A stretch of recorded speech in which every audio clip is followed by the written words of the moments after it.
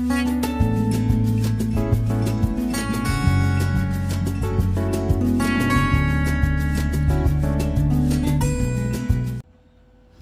everyone, this is again your teacher Lynn and welcome back to our small community.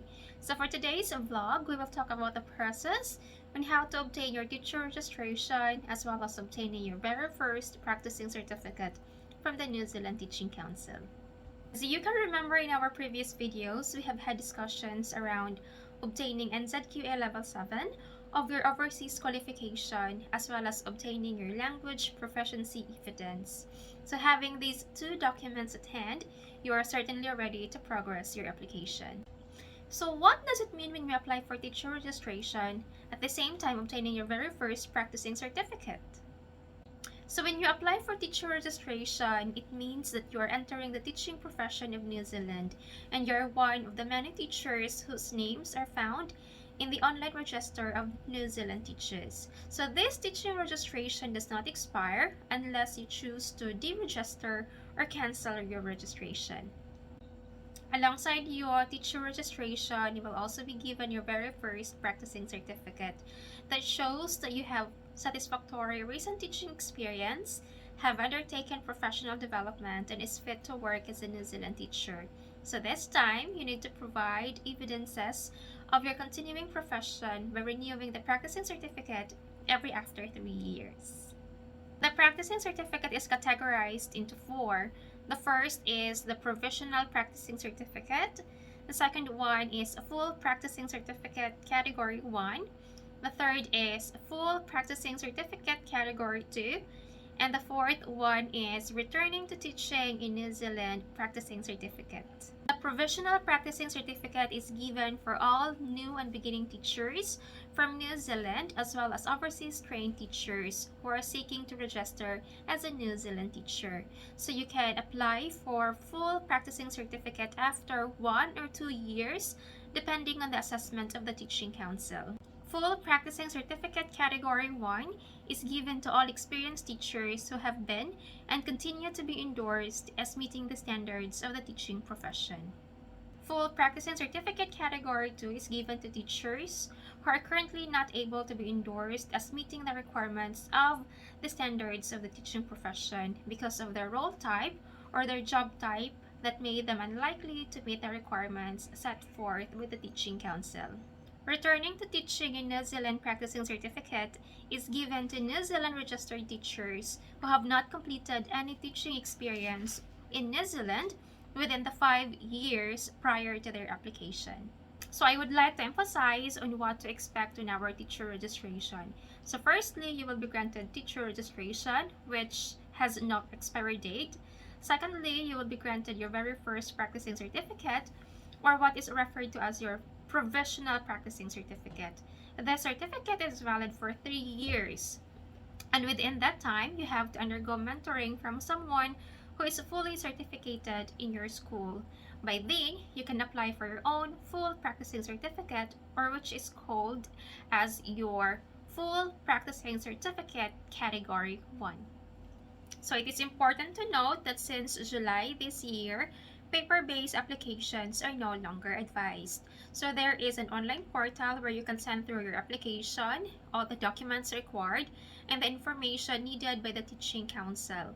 So this is somehow convenient to all overseas applicants because you don't need to send through your papers here in New Zealand.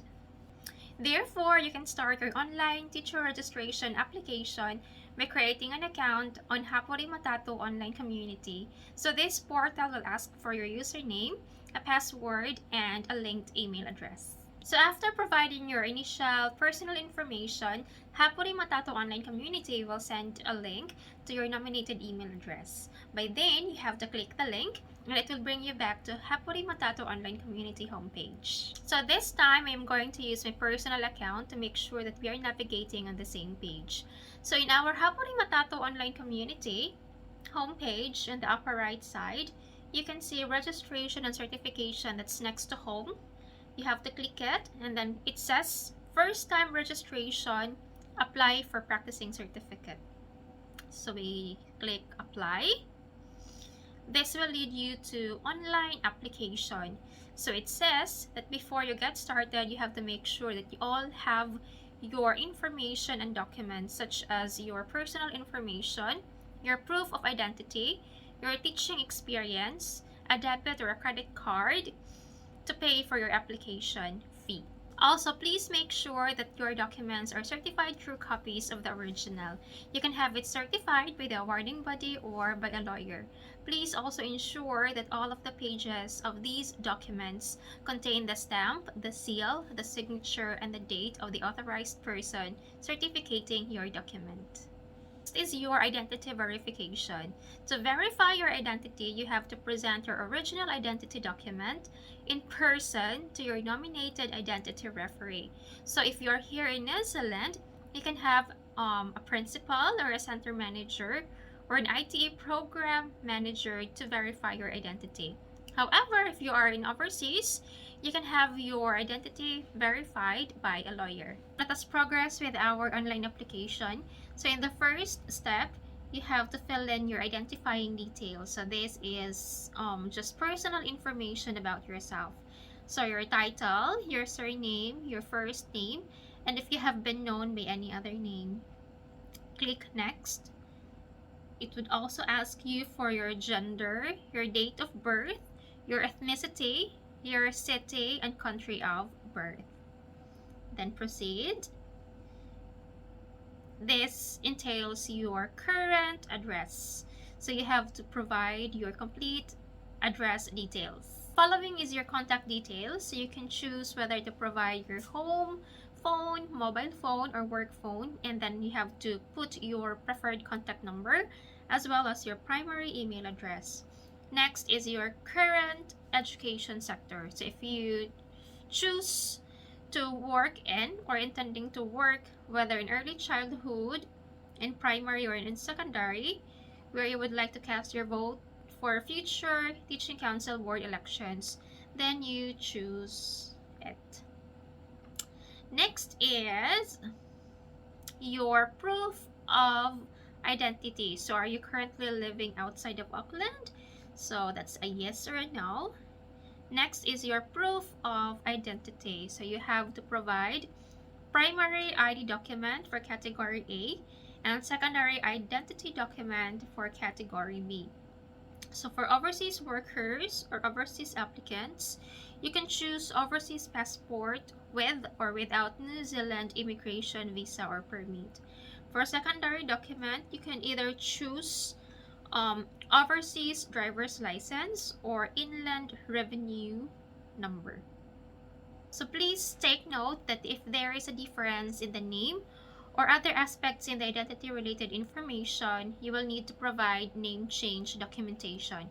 So as explained in our previous vlog, if there are difference in your surname as stipulated in your qualification and as stipulated or found in your primary identity document such as your passport, then you have to provide a name change documentation such as your marriage certificate. So as you go along with your application, you also need to upload the documents required in each section. So say for example, for your proof of identity, to which you are required to upload your chosen document. So say for example, if you have chosen your overseas passport, then you have to scan the biodata page and then upload it to the system. So next is your referee. So the one that has been nominated by you to verify your identity. So your nominated identity referee needs to be a professional leader. So when you're in New Zealand, it should be a professional leader. However, when you are in overseas, you can have a lawyer to certify or verify your identity. So you have to provide your identity referee's name together with their email address. Next is your time spent overseas. So there is a question here. Have you spent 12 months or more in any country other than New Zealand over the last 10 years? Even if you didn't spend the 12 months all in one visit. So for overseas, you will have to click no. So next is, are you applying under the Trans-Tasman Mutual Recognition Act? So Trans-Tasman Mutual Recognition Act is an agreement between Australia and New Zealand. So if you're not coming from Australia, then please click no. So, to be employed as a teacher in New Zealand, you need to be registered and hold a practicing certificate. So, do you want a practicing certificate? Of course, yes, because this is our first time to apply. Okay, next is your teaching qualification. So, this section collects details to confirm whether you have suitable qualifications to be eligible for New Zealand teacher registration and practicing certificate. So you will also be asked to upload certified copies of all your qualifications and transcripts of your qualifications listed. So this would entail as well your NZQA result. Next is your teaching experience. So have you been employed in a teaching position since getting your qualification? So if yes, then click yes. If it's no, then you have to click no. After which is you have to upload a copy of your curriculum vitae outlining the roles you have held. So you have to outline the teaching experience because this would also help the teaching council identify whether you need 2 years of mentoring before you get fully certificated or at least a year because of your teaching experience. Question is about your supervised teaching experience. So since completing your teaching qualification, have you completed the planned program of supervised teaching with a mentor teacher? So during my application, I ticked yes because when I was employed in our university, I have undergone mentoring from my school principal. So here, we have to provide information about any supervised teaching mentoring you've had.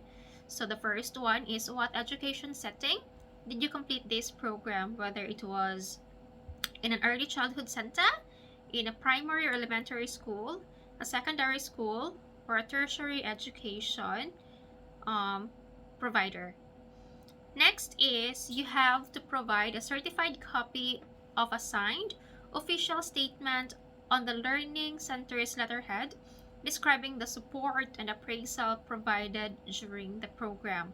So these letters should also include the date you began your induction, when and how often you met with your supervising teacher, and in what format feedback was applied to you, and also outline what professional development you completed. My experience, I have uploaded observation checklists, IPCR, and year-end evaluation to support my claim about supervised teaching or mentoring program.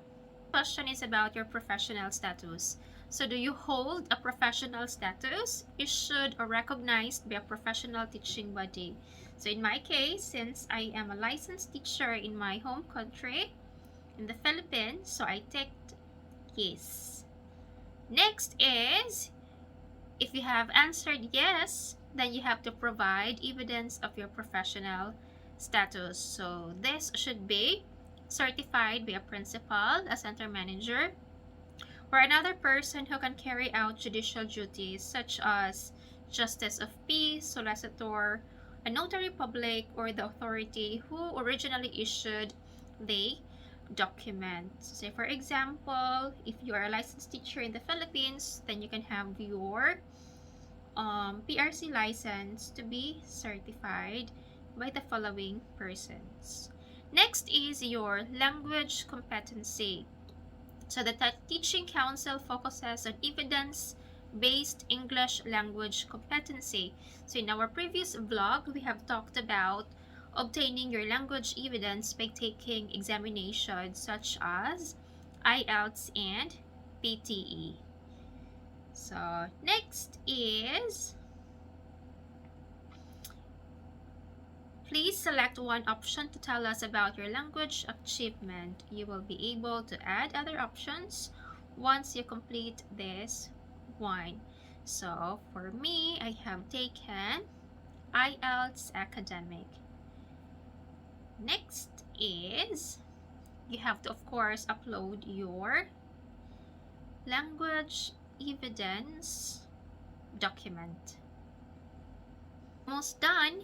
Next step is your declaration. So have you ever been dismissed from a teaching position in any country? So it's either yes or a no. So if you have answered yes, then please upload any supporting document. Have you ever had teacher registration refused or cancelled in any country? Do you have any physical or mental health condition that may affect your ability to carry out a teaching role safely and satisfactorily? And if you have answered yes, again, you have to upload any supporting document. Next is the acknowledgement and statements of consent. So this form is for you to give consent to the teaching council to process and review your documents. So this is to certify that the information you submitted in this application is true and correct to the best of your knowledge, and that you are giving consent to the teaching council to share relevant information with education agencies and registration bodies for the purpose of this application. Next is your application type options.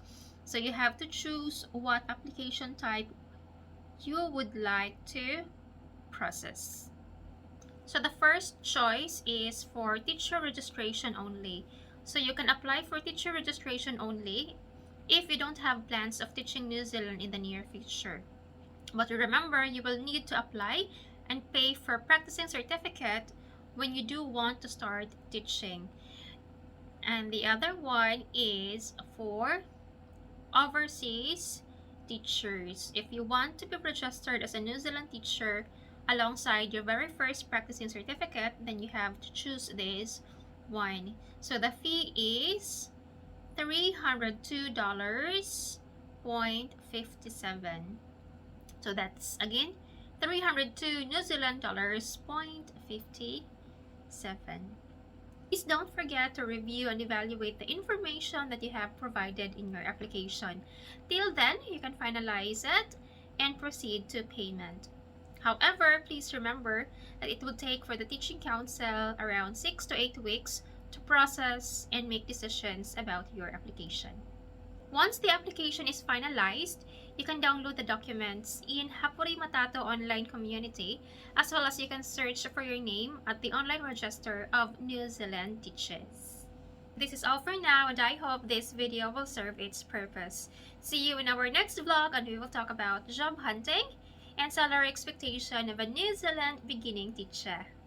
Please don't forget to help me grow this channel by clicking the like and subscribe button, as well as share these videos to all aspiring New Zealand teachers who would like to grow their profession as well. See you! Bye!